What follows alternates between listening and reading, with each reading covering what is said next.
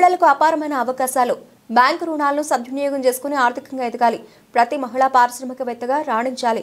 మహిళలకు ఇచ్చిన హామీలు తప్పక నెరవేరుస్తాం. గ్రూపు మహిళలకు 20.37 కోట్ల రూపాయల చెక్ పంపిణీ చేసిన ఎమ్మెల్యే అమర్. మహిళలు ఆర్థికంగా ఎదిగేందుకు అటు బ్యాంకులు ఇటు ప్రభుత్వం అపారమైన అవకాశాలను కల్పిస్తోందని పలమనేరు శాసనసభ్యులు అమర్నాథ్ రెడ్డి పేర్కొన్నారు. గంగవరం మండలంలోని ఎంపీడీఓ కార్యాలయ ఆవరణలో 127 గ్రూపులలోని మహిళా సమైక్య సభ్యులకు 20.37 కోట్ల రూపాయల చెక్కులను శుక్రవారం పంపిణీ చేశారు. ఈ సందర్భంగా మహిళలను ఉద్దేశించి ఆయన మాట్లాడారు. మహిళలు ఆర్థికంగా రాజకీయంగా ఎదగడానికి బీజం వేసింది తెలుగుదేశం పార్టీ. నాటి ముఖ్యమంత్రి స్వర్గీయ నందమూరి తారక రామారావు గారన్నారు. అలాగే డ్వాక్రా సంఘాలను ఏర్పాటు చేసింది తెలుగుదేశం ప్రభుత్వం. మహిళలకు రాజకీయ హక్కు కల్పించింది తెలుగుదేశం ప్రభుత్వం. 33% రిజర్వేషన్ ద్వారా స్థానిక సంస్థలందు అవకాశం కల్పించారన్నారు.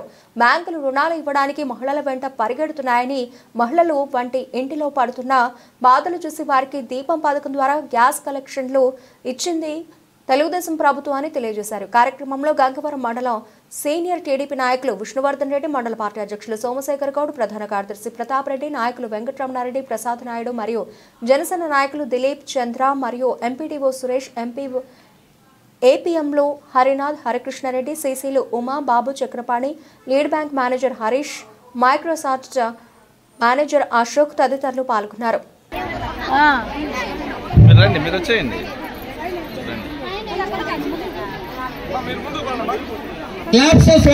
కోరుతున్నాము. గట్టిగా క్లాప్స్. మన మహిళలందరి తరఫున మన శాసనసభ్యులకు ఈనాటి కార్యక్రమానికి స్వాగతం, సుస్వాగతం. మరి అందరూ కూడా డిసిప్లైన్ గా శ్రద్ధగా కూర్చొని పెద్దలు చెప్పిన మాటలను శ్రద్ధగా ఆలకించి ఈనాటి కార్యక్రమాన్ని చేయాల్సిన కోరుచున్నాము. మరి ఈరోజు ఈ కార్యక్రమానికి అయితే తర్వాత తెలిసి వచ్చింది మహిళలు ఏ విధంగా పొదుపు చేసుకుని వారి యొక్క కుటుంబాన్ని ఏ విధంగా అభివృద్ధి చేసుకుంటారో గతంలో ఉన్న ప్రభుత్వాలకు కూడా తెలుసు.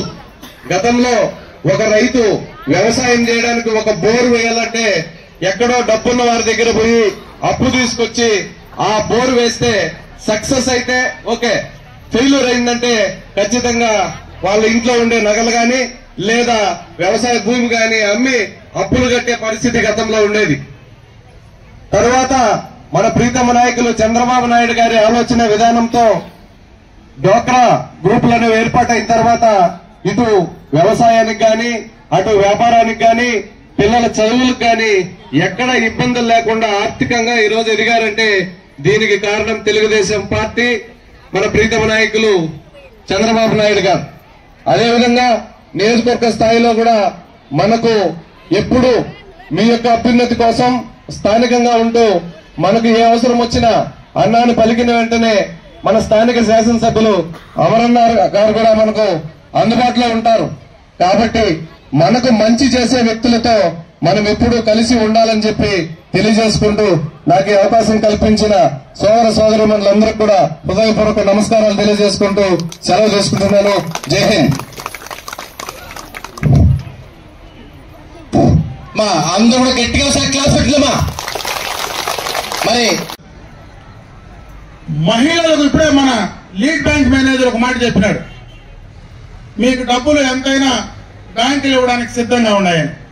మీరు ఎంతమంది అయినా రండి, ఎంత డబ్బులైనా ఇస్తామంటా ఉన్నాడు. ఇక్కడ మేము ఎంతమంది మొగోళ్ళు కూర్చొని ఉన్నాం, మాకెవరికైనా ఇస్తాడేమో అడుగు. మేము పోయి అప్పడిగితే నీ దగ్గర ఏం ఆస్తుంది, ఏం తాకట్టు పెడతావు అని మమ్మల్ని అడుగుతాడు. ఈ రోజు మీరు బ్యాంకులకు పోతే రండి మీకు ఎంత కావాలంటే ఇస్తా, 2 లక్షలు ఇస్తా, ఎంఎస్ఎంఈలకు డబ్బులు ఇస్తా, 12 లక్షలు ఇస్తా, సబ్సిడీ ఇస్తా, మీరు ఏమీ లేదు ఒక సంతకం పెడితే మీ గ్రూపులకు డబ్బులు ఇస్తారంటా ఉన్నాడు. అదేదో ఈ సంఘాలు పెట్టిన చంద్రబాబు నాయుడు ఆయన ఈ కార్యక్రమం ఆయనదనుకుంటే పొరపాటే. ఆ తర్వాత చాలా మంది ముఖ్యమంత్రులు వచ్చినారు చంద్రబాబు నాయుడు తర్వాత. మధ్యలో రాజశేఖర్ రెడ్డి వచ్చా, కిరణ్ కుమార్ రెడ్డి వచ్చా, రోషయ్య వచ్చా, మొన్నటిదాకా జగన్మోహన్ రెడ్డి వచ్చా, ఇంతమంది వచ్చినారు. ఏ ముఖ్యమంత్రి ఈ సంఘాల జోలికి పోయేదానికి ఎవడు భయపడలే. వచ్చినోడంతా మీకే పనిచేశారు. ప్రభుత్వాలు ఏవైనా కావచ్చు, మీకే పనిచేసినారు, మీకే అప్పులు ఇచ్చినారు. ఆ రోజు కూడా ఈ రోజు మేము ఎట్లా కూర్చున్నామో ఆ రోజు ఆ ప్రభుత్వంలో ఆ నాయకులు ఇదే వేదిక పైన మీతో కూడా అదే మాట్లాడినారు. ఈ రోజు బ్యాంకు మేనేజర్ చెప్తా ఉన్నాడు, మీ ప్రతినిధిగా నేను చెప్తా ఉన్నా, అధికారులు చెప్తా ఉన్నారు. ఈ ఘనత ఆ బ్యాంకు మేనేజర్తో కాదు, పెట్టినోళ్ళ మాది కాదు. తిరిగి అప్పు తీసుకొని తిరిగి 99.9% తిరిగి మీరు కడతా ఉన్నారు కాబట్టి మీది. దాన్నేదో ఈరోజు మేము కూర్చొని మేము అంత అప్పులు ఇస్తా ఉన్నాం, ఇన్ని కోట్లు ఇస్తా ఉన్నాం అని చెప్తే మాది కాదు. అది ఇక్కడ కూర్చుని బ్యాంకు వాళ్ళది కాదు, మాట్లాడే మాది కాదు. ఆ యొక్క నమ్మకము అది మహిళా సోదరి మనది. మీ నమ్మకాన్ని బట్టే ఈ రోజు ఎంత డబ్బు కావాలంటే అంత డబ్బులు మీకు ఇచ్చే పరిస్థితి ఉందనేది మనం అర్థం చేసుకోవాలా. ఈ రోజు ప్రభుత్వాలు బ్రహ్మాండంగా కూడా మీకోసం పనిచేస్తా ఉన్నాయి. దీంట్లో చంద్రబాబు నాయుడు గారి మానస పుత్రిక ఈ యొక్క డాక్రా సంఘాలు, వెలుగు సంఘాలు, ఆయన ఈ కార్యక్రమానికి విచ్చేసినటువంటి మహిళా సోదరిమణులకు, పత్రికా విలేకరులకు నా నమస్కారం. జనాభాలో సగశాతం మంది మనుషులు ఉన్నారు. గతంలో సగశాతం, ఈ రోజు పురుషుల కంటే 2% ఎక్కువగా మహిళలు ఉన్నారు మన దేశంలో. మహిళలు కూడా ఆర్థికంగా, రాజకీయంగా, సామాజిక పరంగా అభివృద్ధి చెందితేనే దేశం అభివృద్ధి చెందుతుంది, ఆ కుటుంబాలు ముందుకెళ్తాయి, అందరికీ కూడా మంచి జరుగుతుందని మొట్టమొదటగా గుర్తించింది కీర్తిశేషులు నందమూరి తారక రామారావు గారు. ఎన్టీ రామారావు గారు సినిమాల నుంచి రాజకీయాలకు వచ్చిన తర్వాత మొట్టమొదటగా మహిళల కోసం మరి రాజకీయంగా, సామాజిక పరంగా, ఆర్థికంగా ముందుకు తీసుకురావాలని బీజం వేసింది కీర్తిశేషులు నందమూరి తారక రామారావు గారు. ఆనాడు మొట్టమొదటగా మహిళలకు ఆస్తిలో సమాన హక్కు కల్పించింది తెలుగుదేశం ప్రభుత్వం, ఎన్టీ రామారావు గారు. ఆ తర్వాత మహిళలను ఆర్థికంగా ముందుకు తీసుకురావాలనేటువంటి ఆలోచన చేసింది చంద్రబాబు నాయుడు గారు. మహిళలకు పొదుపు అలవాటు నేర్పించింది చంద్రబాబు నాయుడు గారు. మహిళా స్వయం సంఘాలు ఏర్పాటు చేసి డాక్రా సంఘాల ద్వారా ఇంట్లో ఉన్నటువంటి మహిళలను బ్యాంకుల దాకా రప్పించింది చంద్రబాబు నాయుడు గారు.